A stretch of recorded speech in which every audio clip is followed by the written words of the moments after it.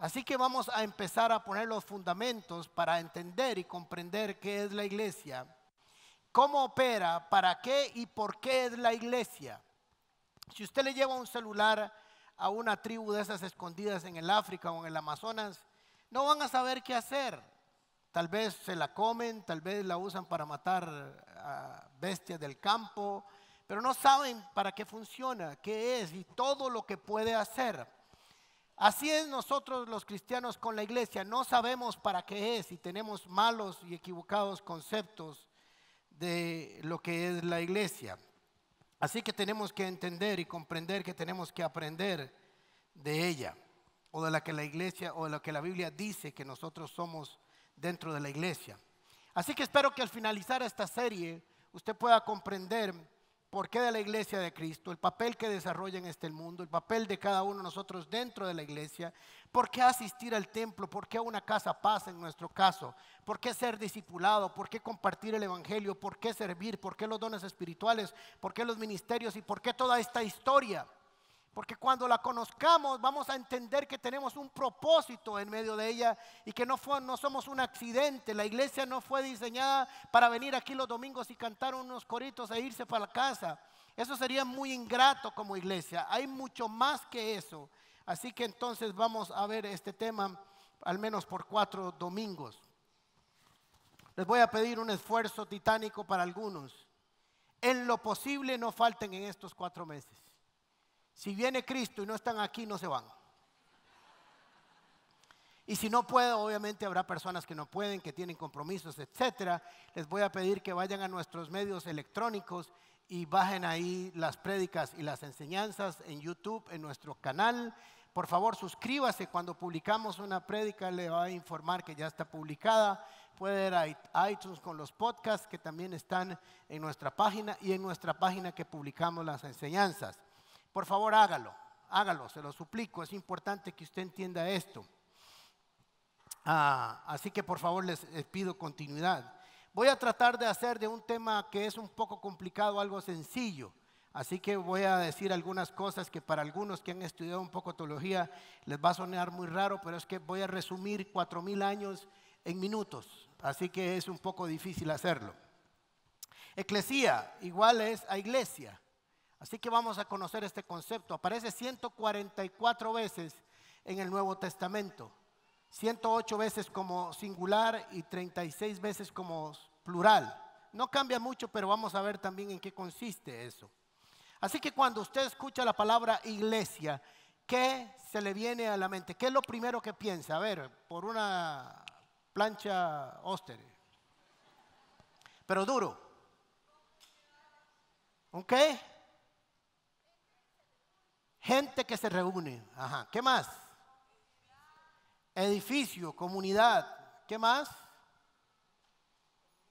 Comunión. ¿Qué más? ¿Qué se le viene a la mente? No es un examen así tranquilo que si se equivoca no se va a quedar. Alabanza, familia. Muy bien, algunos están bien. Les voy a decir lo que a algunos se le viene a la mente cuando uno habla regularmente. Un edificio. Un lugar de celebración, una organización, una denominación o una religión, un conjunto de liturgias o ceremonias. Y quiero decirles que no tiene que ver nada con ninguna de ellas. La iglesia es gente. Nunca serán cosas, nunca será una organización. Son personas. La palabra eclesía viene del griego y viene del verbo ekkaleo, que es llamar a la gente para afuera. Que salgan de sus casas y vengan. En el caso de los griegos era para reunirse, para tener una celebración de una reunión social o política, a ver asuntos sociales. No estaba relacionado con lo religioso, pero era llamar a la gente, una asamblea de ciudadanos para tratar asuntos políticos o sociales.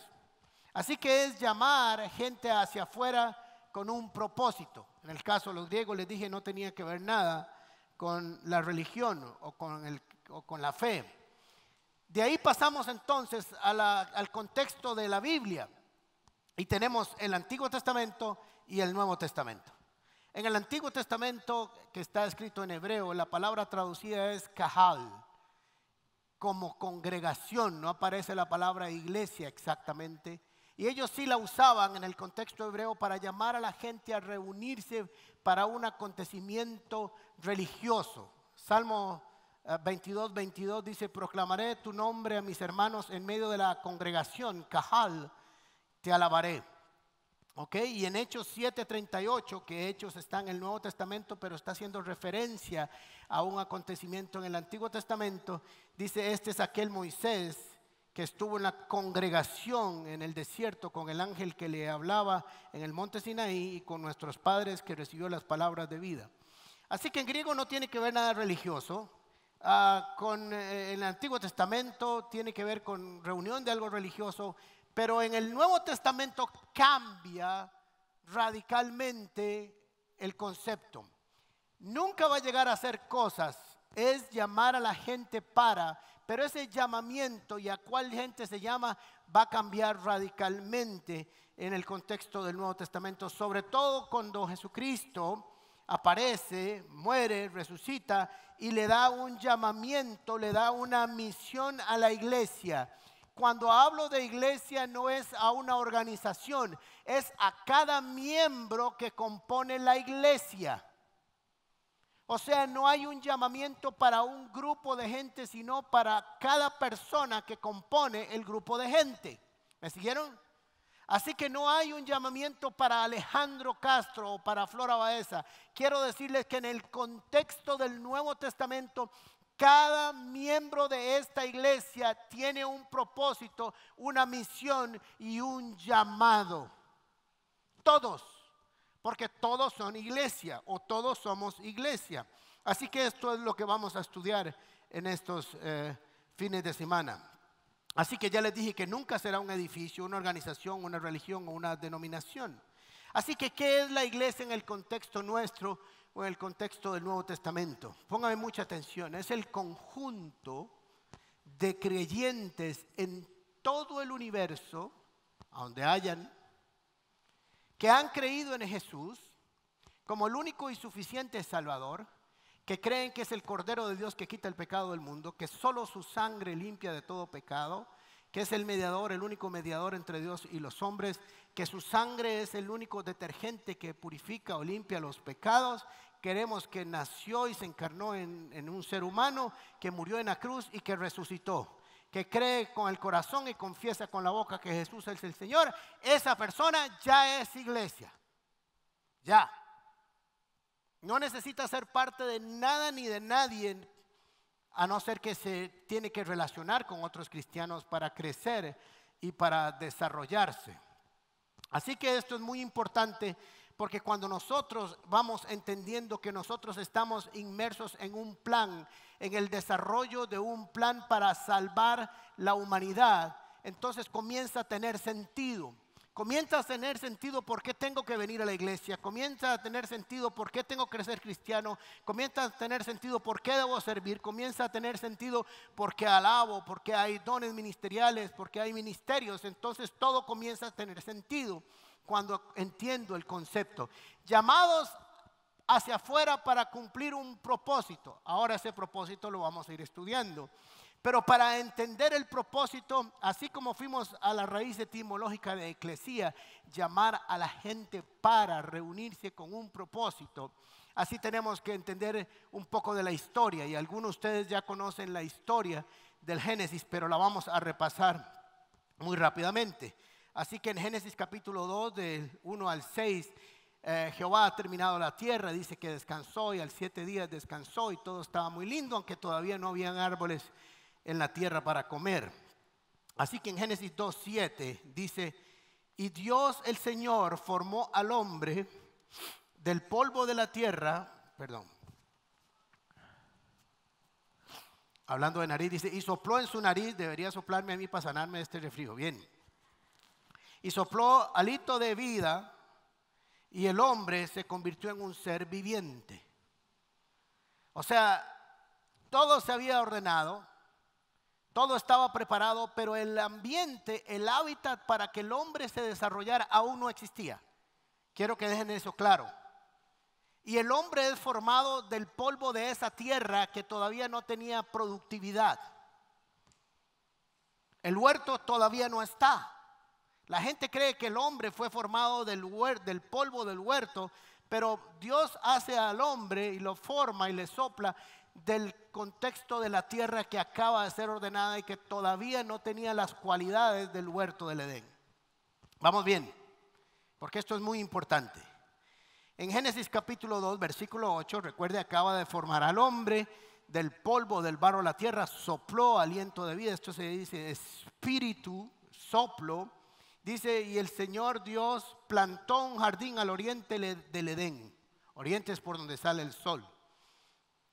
Así que no sabemos si en el contexto teológico, si fue que lo sembró, ¡prum!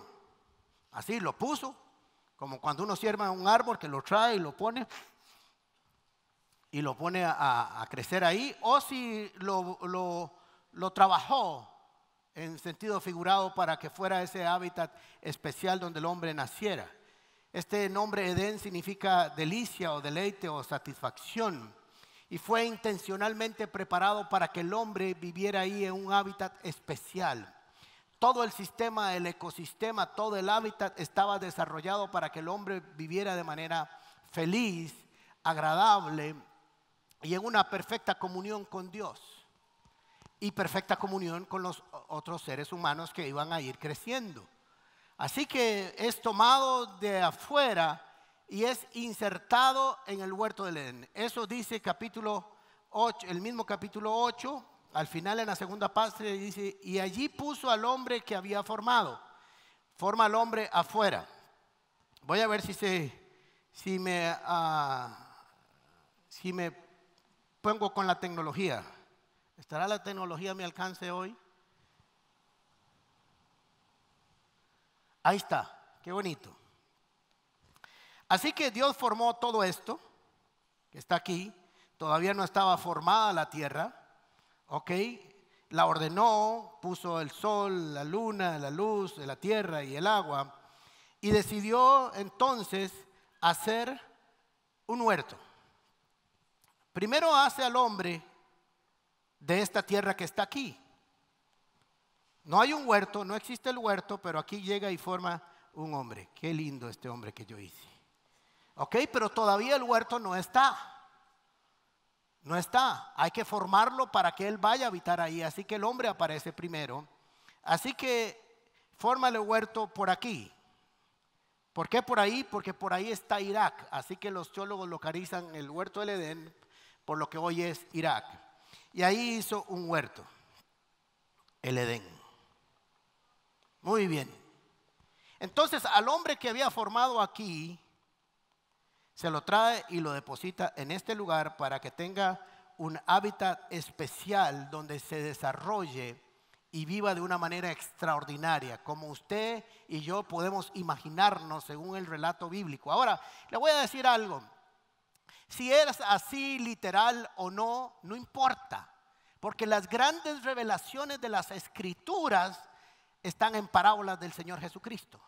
Así que lo importante es entender lo que está Dios enseñando en el Génesis acerca de toda esta conformación de un hábitat especial para el hombre. Así que trae entonces al hombre y lo pone en ese lugar y le manifiesta su voluntad en ese lugar.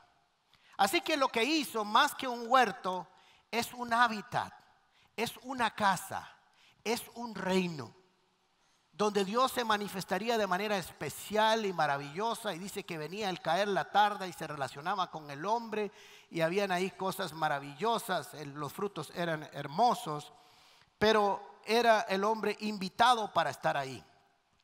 Ahora, quiero que entiendan esto muy importante, que el hombre no hizo nada, absolutamente nada, para merecer vivir en el huerto.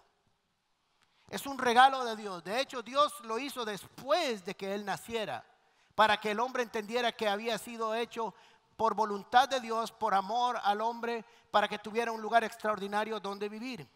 Adán no hizo ningún mérito para estar ahí. Por lo tanto, y aprendan hoy algo que les voy a decir, el hombre nunca le puede reclamar a Dios su derecho de habitar en el Edén, porque no fue formado de ahí, fue formado de la tierra de afuera, fue invitado a vivir en el Edén. ¿Entendieron? Por eso nunca puede el hombre tener derecho para pedir ahí. Siempre ha sido la gracia de Dios las que nos permite estar en su presencia. Así que en Génesis capítulo 2, versículo 9, dice que Dios hizo que creciera toda clase de árboles hermosos, los cuales daban frutos buenos y apetecibles.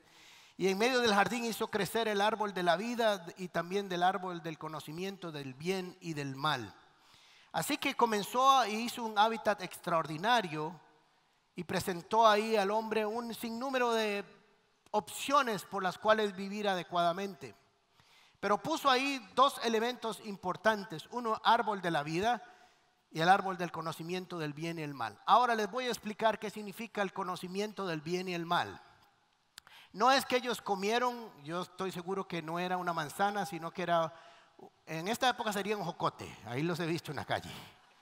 Pero un mango, una cosa así, un banano, qué rico. Bien. Así que cuando ellos comen, no es que de pronto como en las películas cae así una cosa y hace y comenzó a entender el bien y el mal. Es que cuando comieron, se dieron cuenta lo bueno que era no comer y lo malo que fue comer.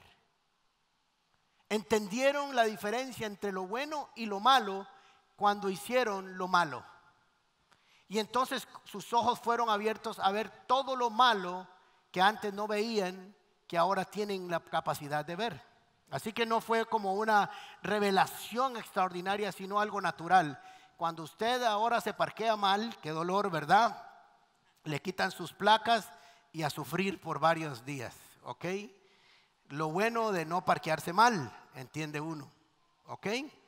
Así que entonces le dijo una advertencia. Todos conocemos esto, pero es importante para entender qué pasa de ahí para allá. Génesis capítulo 2, versículo 17 dice: pero el árbol del conocimiento del bien y del mal no deberás comer. El día que de él comas, ciertamente morirás. Así que ya conocen la historia, se pegaron esa apretada y se comieron esa fruta y fueron expulsados de ese lugar hermoso donde estaban. La razón, no voy a profundizar mucho, es que ahí estaba también el árbol del bien, de la vida eterna, por así decirlo, o de la vida. Si el hombre hubiera comido de ese árbol, come bajo esa condición de pecado o de desobediencia, sería eternamente maldito. Así que Dios le separa y le dice: vamos a hacer algo, te lo voy a guardar para hacer un plan, para rescatarte, para que un día puedas volver a este lugar donde nunca tuviste que haber salido. ¿Ok? Entonces Génesis 3:23 dice: entonces Dios el Señor expulsó al ser humano del jardín del Edén para que trabajaran, y miren si es cierto lo que les dije, la tierra de la cual había sido. ¿Dónde estaba esa tierra de la cual había sido hecha? Afuera, no adentro. El hombre no es producto del polvo del Edén, es producto de la tierra que estaba preparada anteriormente. Luego de expulsarlo, puso al oriente del jardín del Edén a los querubines, yo soy uno de esos, y una espada ardiente que se movía por todos lados para custodiar el camino que lleva al árbol de la vida. Así que entonces tenemos una consecuencia de una desobediencia. Eso todos conocemos esa historia, pero si no la conocemos bien, no sabemos qué pasó, porque en el versículo 15 Dios ha dado una sentencia y ha preparado un plan. Un plan. Todo esto se trata de un plan, del desarrollo de un plan con el propósito de volver a llevar al hombre a la casa que Dios le había preparado para que habitara a plenitud entre los hombres y en su presencia. Un plan que se va a desarrollar por siglos, por milenios, pero que se va a cumplir y que se ha venido cumpliendo.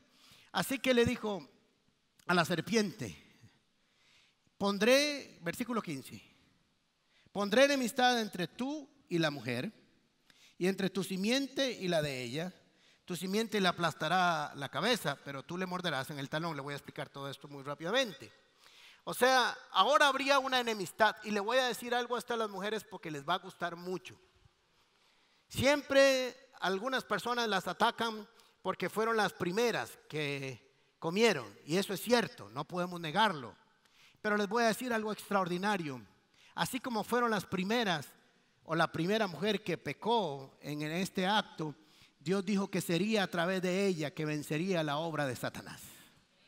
Así que la mujer es vencedora de una promesa.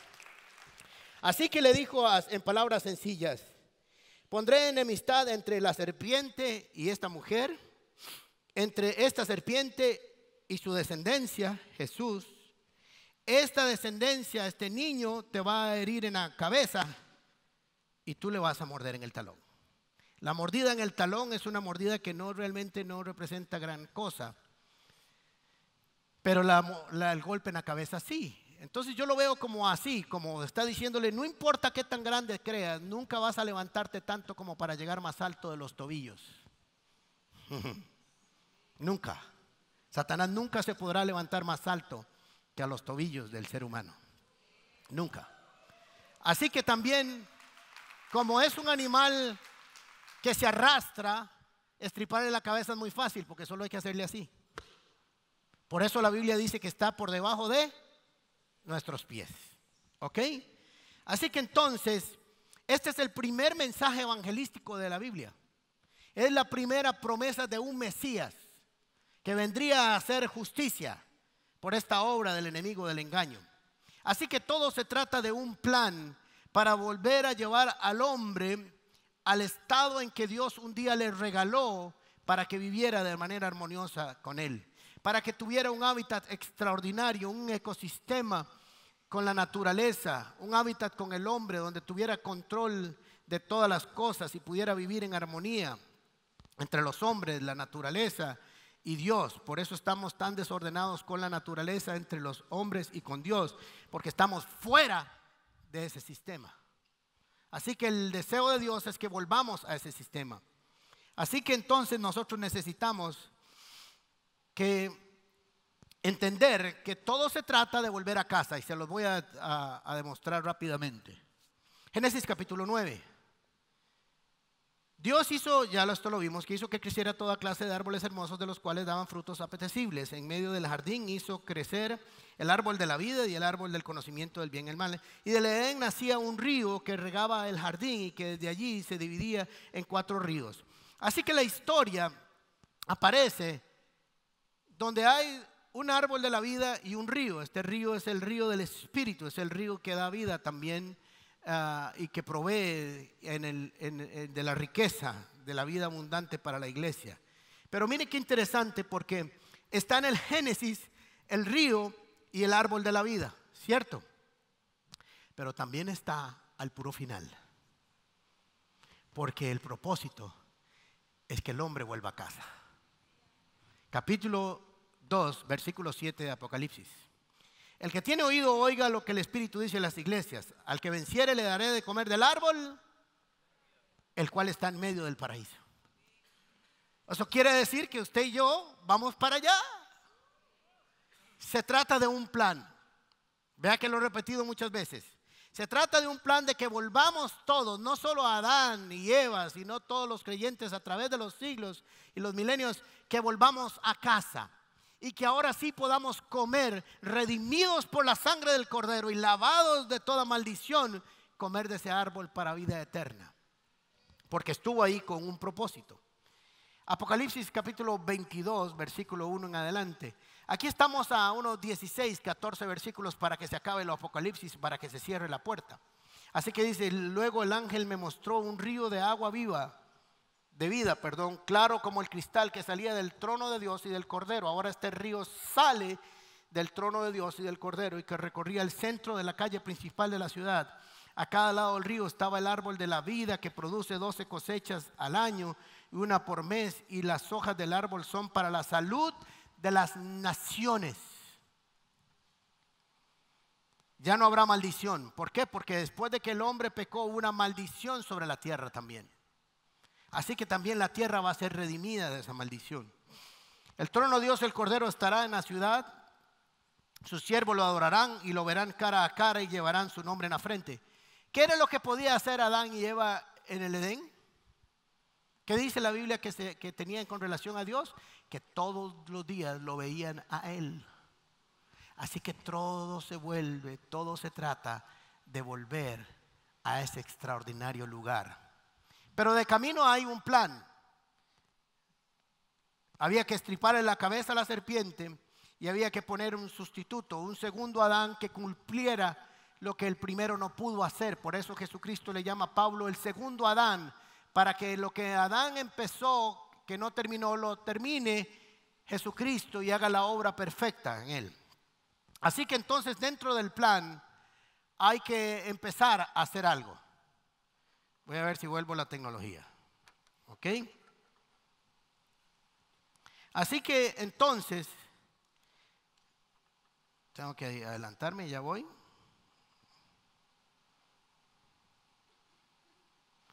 Se trata de un plan. Entonces, aquí tenemos el Edén. ¿Ok? Y tenemos una historia aquí. Esta historia va a estar separada por la cruz de Cristo. Y vamos a tener aquí en el Nuevo Testamento a Israel. Y aquí vamos a tener a la iglesia. Cada uno con un propósito diferente, pero todos apuntando hacia este lugar. Aquí apuntaba hacia acá y aquí apuntaba hacia acá. Estos que están aquí van a contar una historia. Está muy grande este chunchi. Van a contar una historia hacia el futuro. Y estos de aquí van a contar una historia hacia el pasado. Israel contaría la historia de que vendría un Mesías para liberar a la humanidad. Y la iglesia le cuenta al mundo que ya vino. Y que hizo perfectamente lo que el anuncio de Israel había hecho con sus profetas y sus sacerdotes y sus manifestaciones proféticas. Así que la iglesia ahora se dedica a contarle al mundo la razón por la cual viene Jesucristo y los beneficios de Jesucristo en la cruz del Calvario. Así que lo que Jesús entonces, o lo que Dios tenía que hacer, era muy sencillo. Desde el punto de vista de los que ya conocemos la historia. Como tenía que nacer Jesús de una mujer, tenía que nacer como hombre, había que crear una genealogía, un linaje, una sangre que estuviera formado por hombres y mujeres en el camino que fueran preparando la venida del Mesías. Así que Jesús, bueno, porque estoy con Jesús. Así que Jehová Dios dijo, tengo que formar un pueblo. ¿Por qué Israel? No tengo la menor idea por qué Israel. Supongo que como es Dios, hizo lo que quiso. Pudo haber sido en lugar de Abraham, Pancho, Josefo, Rigoberto, Everardo, cualquiera. Solo que en ese tiempo había que escoger a alguien que tuviera condiciones especiales para formar un pueblo. Y así que Dios no escogió a Israel. Dios formó un pueblo para que depositara en él las profecías y las promesas bíblicas y que de ahí naciera y se construyera el plan necesario para que el Mesías viniera a la tierra. Así que llama a este señor Abraham en Génesis capítulo 12, versículo 1 en adelante, dice, y el Señor le dijo a Abraham, deja tu tierra, tus parientes y la casa de tu padre y vete a la tierra que te mostraré, una tierra prometida. De igual manera donde Dios iba a tener algunas condiciones especiales para su pueblo. Haré de ti una nación grande. Haré, no existe todavía, la va a hacer. Y te bendeciré y haré famoso tu nombre y serás una bendición. Bendeciré a los que te bendigan y maldeciré a los que te maldigan. Por medio de ti serán benditas todas las naciones o familias de la tierra. Así que el propósito de Dios era formar un pueblo a través de un hombre que le creyera y a partir de ahí crear una generación de hombres y mujeres que dieran testimonio de que Jehová es el Dios todopoderoso y que las otras naciones preguntaran ¿quién es el Dios de Israel? ¿Quién es el Dios de Israel? Porque yo quiero conocerlo, ese Dios que los bendice, que los guarda, que los protege, que les da las victorias, que les provee milagrosamente de todas sus necesidades. Yo quiero conocerlo.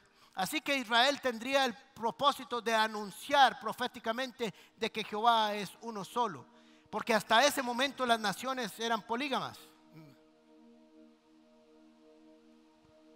Entonces era necesario que encontraran al Dios verdadero. Y comienza entonces a construirse una historia para que viniera el Mesías. Profecías extraordinarias 700 años antes de Cristo acerca de su sufrimiento. Israel tuvo que contarlas, tuvo que anunciarlas para que cuando el Mesías viniera dijeran: esto no es un accidente, esto es el cumplimiento exacto de un plan de Dios para el hombre, para regresarlo a casa.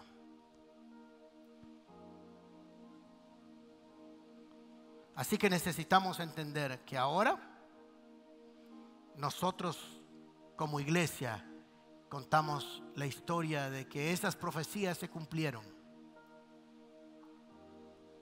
Y nosotros somos el parte del plan de Dios para llevar a todo el mundo de regreso a casa.